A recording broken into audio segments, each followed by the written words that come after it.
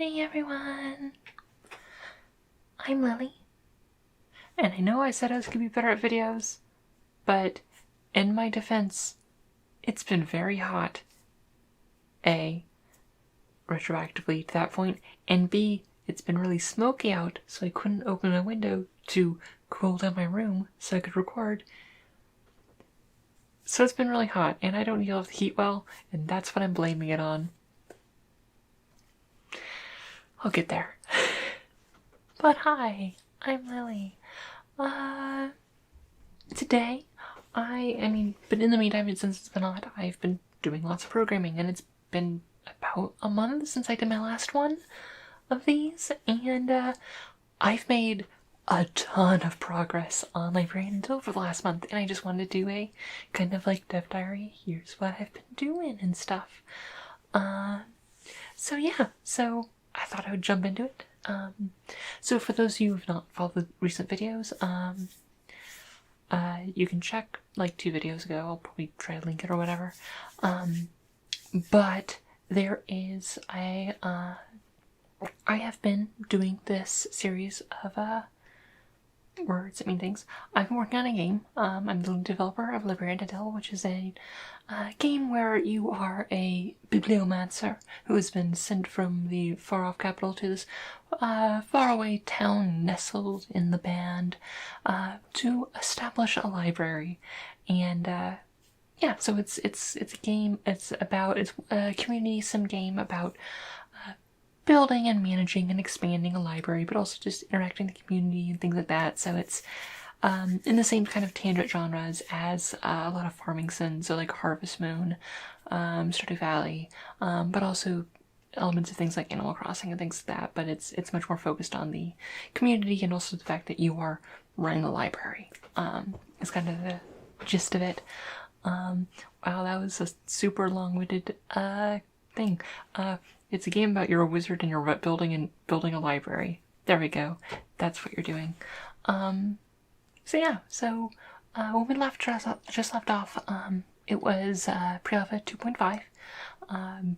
As of now, the version for development for Pre-Alpha 3.0.1 is in development right now. But we finished Pre-Alpha 2, which we're gonna walk through, and I'm gonna just talk about what we've done and what are the next steps and what we're working on. Let's move us over to, ignore that. Here we are. Are you aware of the existence of the thing? There you are. I knew you could do it. Hi, I talked to my computer. Am I gonna cut this? No. Editing is for nerds. So this is Pre-Alpha 2.6. We can't actually continue story because in Pre-Alpha 2.10 I broke save files because I redid the entire save format. But here we can have that. So if we just say female, let's just say, oops, Lily. Oh, hold on. And here we are. So game starts as always. So the main thing of this version, if you just go here, yes, we have a conversation for meeting you. Yes, it's a pleasure to meet you. If you talk, your tail here can now give you furniture. And we're just going to go and talk to you and get some furniture. And you can place furniture down in the world now. You can rotate it. This you can't rotate. And these are just placeholder sprites, like, as always, all the graphics in this are currently placeholder. Although in 3.0 will be getting actually less placeholder. But you can do things, and you can place them down in the world, and if you leave and come back, they'll still be there.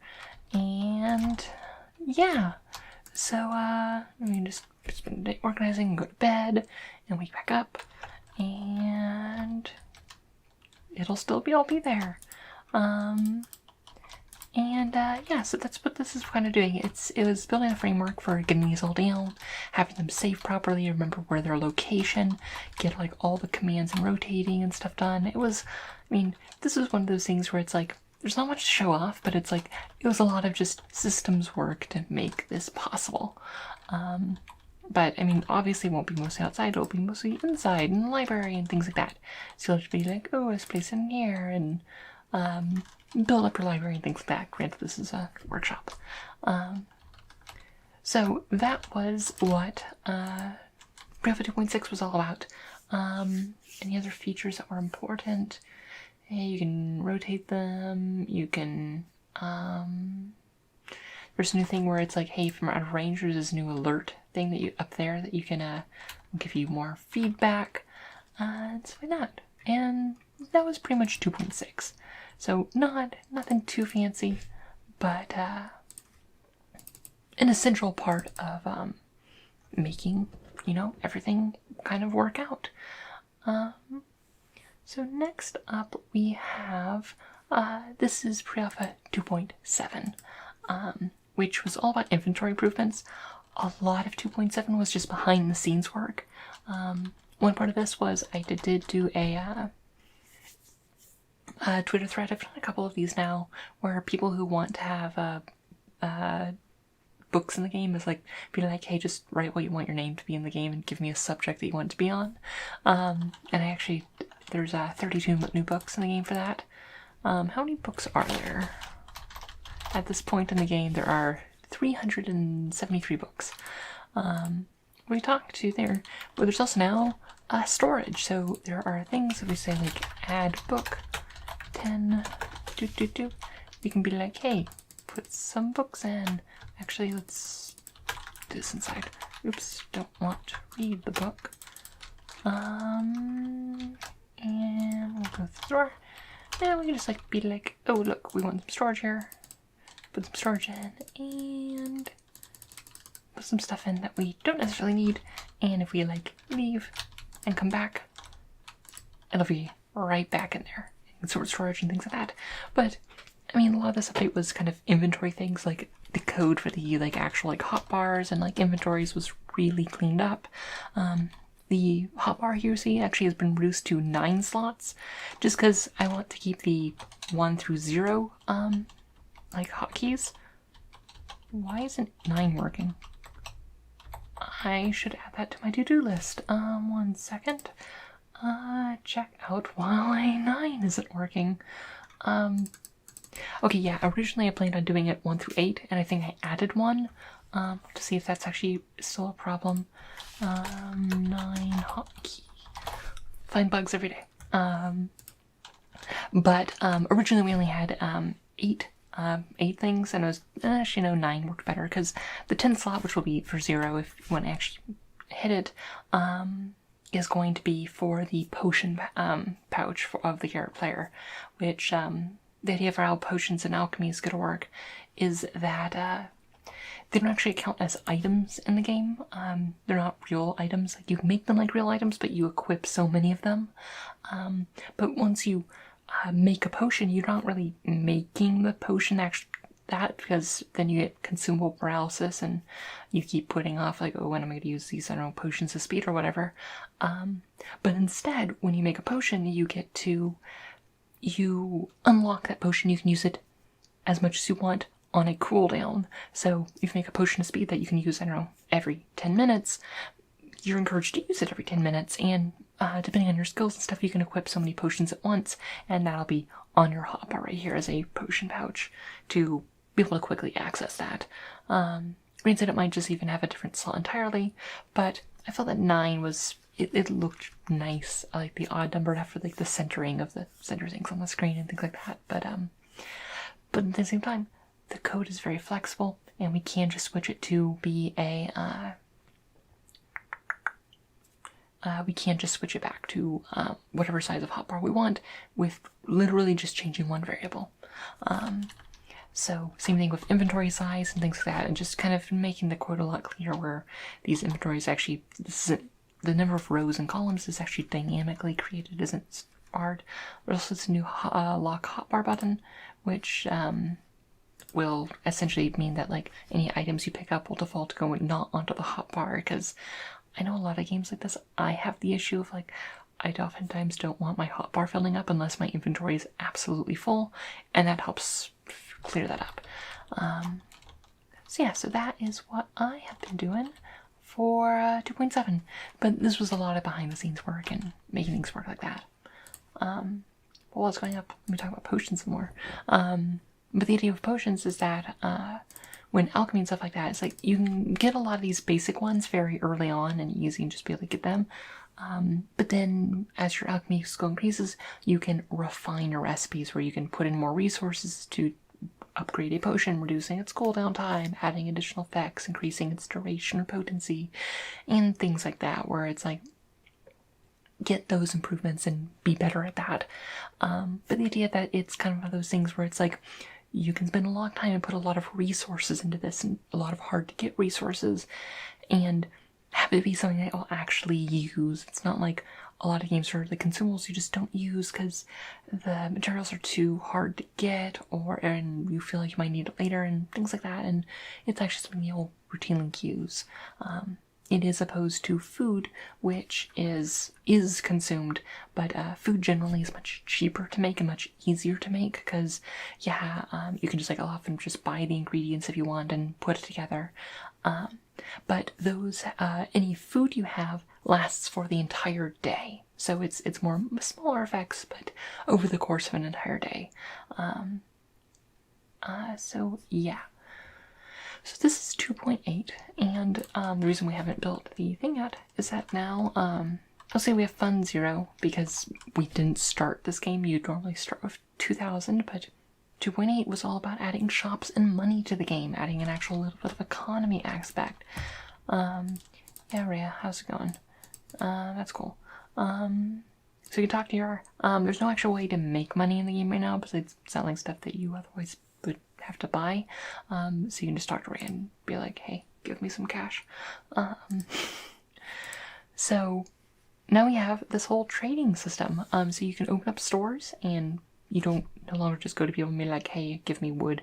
You actually have to go up and buy some wood. And things like that. So we're gonna just buy some, we're gonna need 50 of you, need 50 slate, and 10 fittings. And that's what we need to build the basic library. There's also this quick trade mode, which also, there's these new tooltips, which automatically can spawn and things like that. Which essentially just means it's faster and it's just one click buy and sell when you're like, oh, I actually don't need this bookshelf. This is a general store, so it can buy and sell anything. Yes, Beatrice said about that. So we go to the construction menu, we can actually... Oh. That is not supposed to happen. I'll have to double check that too. Finding bugs all the time. Check construction confirmation message. That wasn't actually happening on things, so I'll have to see if that is still there in the current version. So we can start that. We can also just see, like, buy some stuff here. So let's just buy a couple more chairs. We're in quick trade mode still, remember. And a desk. Go ahead to desk. That's what we'll need for the next one. And if we just sleep a few nights, we got... Ooh, the construction of the basic library has been completed. And we head in here. And also part of this is that, hey, it's actually spawned in some basic bookcases for us at the beginning of, upon completion of the basic library now. And yeah, all that's there. So that was 2.8, and you see like Cecil here. The actual system for configuring these shops, I'm actually very proud of. Like Cecil will populate with 10 random books every, single day that he refreshes his stock. But the books is really nice to be able to have conditions on things where it's like, oh, they'll only sell it some of the time, or there's a random chance they'll have it, or there's this long list of items that it can sell and we'll sell X of them, and just having a lot of that modularity to the shops, and essentially any sort of shop stock we would want to have, we can configure just within the code that within the config files, and not have to change any of the code. So I'm very happy about that. So that is that update. We don't want to exit the menu, we want to exit desktop. which brings us into 2.9, which is library modules. So this is the core of kind of really how you expand the library and actually build the library. You'll see now that there's this new message whenever you enter a new area. And as you come in here, we walk here, and it says it's a small collection. And if we take out this thing, it's red, it's saying the general collection. If we go here, and go here, we can see that, hey, where are we? This is a general collection. It is a small collection. This is the purpose of this room. It is the general collections, what stores it. And it has a requirement, so it requires 4 bookshelves to have the first tier, and you can upgrade it further.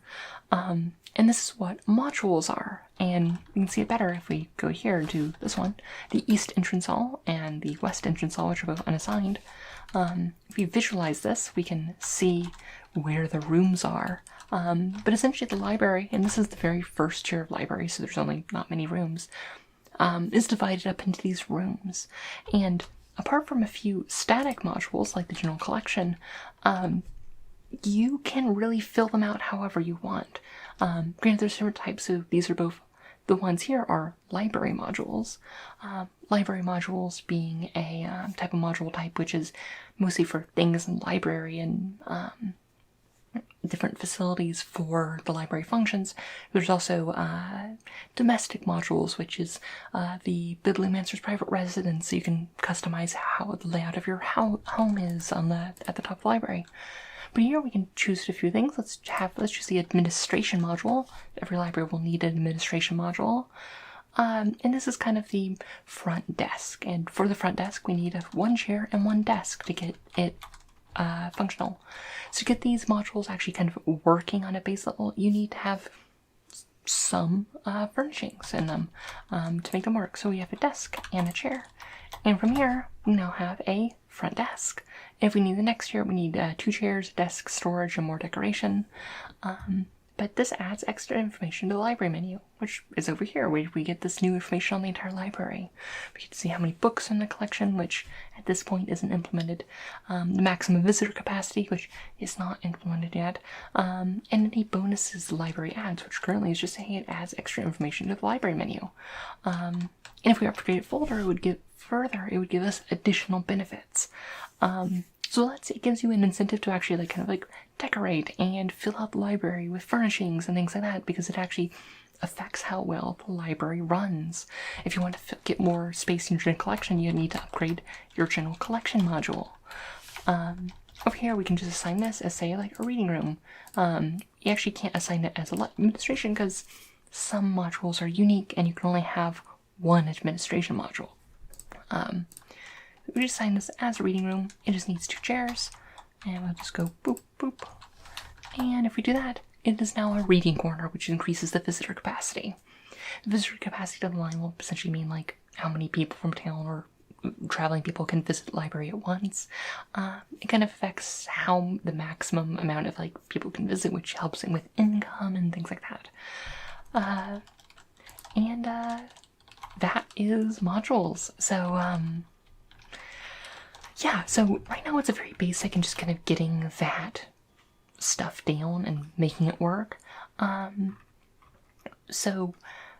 kind of getting these very fundamental parts of how the library works, because the libraries could be expansive. This is just the very first one. You're gonna have many different rooms. It's gonna be sprawling. You'll have specific modules that are collection modules, which you could designate what kind of books you want to store in this and have additional space for just that type of book and expand in different ways and really customize how it's going. And also not only in the layout, but kind of really what you specialize it for.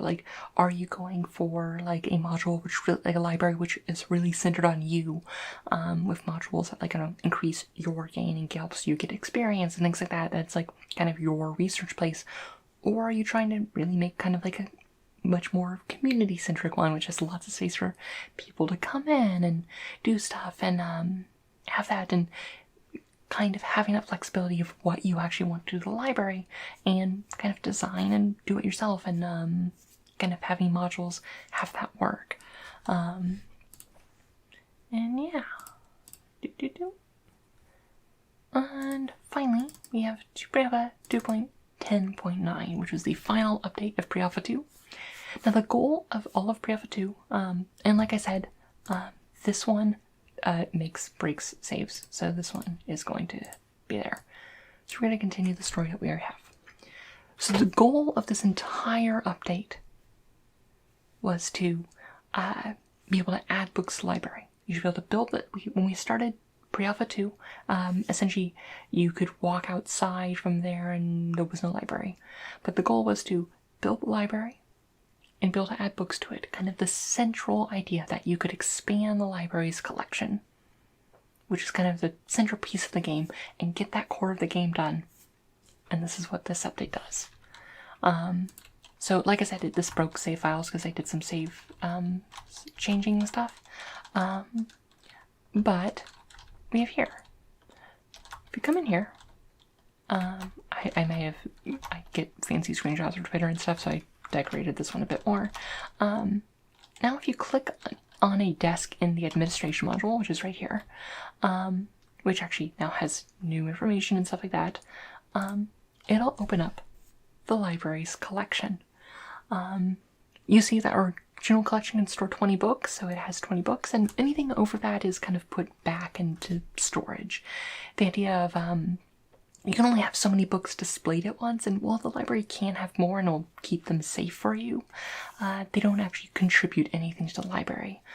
Your library will have something called renown, which is like how well known it is and gets you benefits and will attract travelers from all around the world and things like that. But because you can't, but if they're in storage, you don't actually get that benefit. So you want to make sure you have actual space to display all your books. You can actually get the maximum benefit from having those books. So one thing that also adds, if we just go here and talk to Cecil, we can shop and let's just buy a bunch of books. You notice, hey, we learned these books. You see here, we have these filters which you can see your known books. These are books that your player knows about, whether an NPC mentioned them. There will be different studies that you can get at, like, unlock that will be like, oh, any book you see in a store you automatically learn about. So you can know about them, and hey, you can also check and see at all the possible books, and just kind of like be like, oh, this is how far away from actually completing this collection. And you see these are actually divided up by collection, so it's like when you actually have a higher end library, things will actually go into dedicated sections. So the general collection is kind of an outlier here, where by the time you reach the end game, there will be no general collection section because everything will have its own dedicated wing and whatnot. The idea of known books is that if you know about the book, you can be like, hey, I want to put a notice up in town being like, hey, does anyone have this book? And you can maybe get a specific book if you want that, or hire an adventurer to find this book for you, so you can be the giving out random fetch quests to passing adventurers and whatnot. But then we would click add books, we can be like, hey, I want to actually add these to the library. Yes, please. Because when we're in space, they all just went into storage, and you know what, that's fine. And that's kind of there, so they can actually be stored in the library, and once they're in the library's collection, they can't actually be removed. Kind of the idea is that you add these and they're kind of in the library, and you can collect them and kind of get them, and you get live books from all sorts of sources. Some NPCs will give you a book, some will, I don't know, you might like find some, you will buy some from like traveling merchants, and you might get them from quests, or some passing sage that visits your library might drop off one, and things like that, where it's like kind of like most activities have the opportunity to get you books to add to the collection, and kind of slowly fill out and, you know, collect all the books in the game. And that's kind of where the game is at right now. With kind of the adding new things and collecting books, and yeah, so hi. But I'm really happy with how it's going. I'm really excited with where everything is going with this. So we just close this down and switch you back to So yeah, so that's what we've been working on. I've been really happy, and we've gotten to that point where our goal was to get to the point where we could add books to the library, and we got there. So I'm really excited about that, and really excited how it's going. And now we're on to Pre-Alpha 3, which is gonna be really exciting, and I'm really happy about that. Yeah, I don't know what to say. The main focus of Pre-Alpha 3 is going to be a lot of, it's much less about building a lot of systems, and it's much more about kind of expanding the content, where we have a lot of base systems, but it's kind of, we have a field and 2 buildings and stuff like that, and Pre-Alpha 3 is all about, okay, let's expand this. Our first one is actually going to be kind of just focusing on the zones that are already there. One thing that we're doing, and we're experimenting with, is actually adjusting the Y value to be shrunk down a little bit to give the illusion of that space, because this game uses something called an orthographic camera, which is what most 2D games use, where essentially you're looking, when it works really well for if a game is purely top-down or at the side, but it can get a little weird if you're looking at an angle, kind of like how we're doing, because the Y-axis should be shorter if perspective, but all the tiles are squares if we're basing off of a square system, so things look a lot deeper than they should be. Like, the library there is supposed to be a square room, but it looks a lot deeper than it is, even though if you look at the actual dimensions, it is a square. So we're looking at actually shrinking that Y dimension to give that kind of illusion of perspective, because it is still a camera looking head on, but we're kind of gonna use that kind of trick it, and I'm actually very hopeful for that sort of stuff, but we're going to expand the library. Then there's a whole set of things that are just kind of fleshing out the base areas of the game, the woods surrounding the library and the town, and actually going into the town and building out the major districts of the town, and like the places inside in the buildings, and populating it with a lot of the base NPCs and things like that. Getting like a lot of the just getting a lot of the base items in the game that we're going to use, like a lot of the tiers of basic materials and things like that, that are just like, hey, use these, like even if there's placeholder like recipe values for like improving the library and things like that, having the actual resources that are going to be used and have that diversity for updates online, so we don't actually have to make those later on. Getting the additional library tiers, so it's not just the basic library, so you can have the basic one-room library and expand it into the kind of core library, and then get the second floor, and then the Bibliomancer's residence, and there's more steps after that that you'll be able to expand it, but we're not quite there yet. And then getting things like NPC sketch rolls down, and like having it so NPCs actually move from place to place and move about in the day and kind of breathe that life into the world. And then also just fleshing out the NPCs, even if they're not fully written, things like that, getting a lot of the NPCs in town into the world, like moving about their day, doing that, and kind of bringing this place to life. And then kind of like and then just like a few other things here, like some tools. I need to make something to make dialogue, making the dialogue config files better. And then getting the game intro doing. This is actually something our most recent meeting happened about, which is, even if we're not like going to have the full intro of the game, or when you create a new game, that the steps from clicking new game to actually beginning normal gameplay, but there'll be like some character creation stuff and getting that in there, so any decisions you make there we can start incorporating into dialogue and things like that. So so Pre-Alpha 3 is just, it's not a lot of new systems, but it's just bringing this life into the world. Like, the only really new system is the NPC schedules. Yeah, no, we're just gonna breathe this life into this world, and it's gonna be really cool, and I'm really excited about it.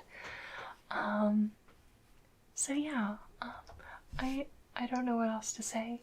I hope you've enjoyed this video. I hope you enjoyed these updates. I mean, I keep saying this, but I am going to be trying to be better about getting out videos. And here's one, so that's cool. But yeah, so, that's what I'm working on. Like, you know, how do you think? What do you think? If you have any ideas or anything like that, let me know. I know what to say. Oh, I'm out of practice at making videos. Oh, I hope you enjoyed it. I hope everyone's staying safe. I know it's been not great around here or anywhere, but I mean, it's been really smoky here, so I'm focusing on here. I mean, I'm fine though. I've just been staying outside. I'm not outside, inside, out of the outside, because it's been hazardous there. It should clear up by tomorrow, they're saying. Fingers crossed. Well, I hope you have a wonderful, everyone has a wonderful night. And, as always, may your stories smile upon you.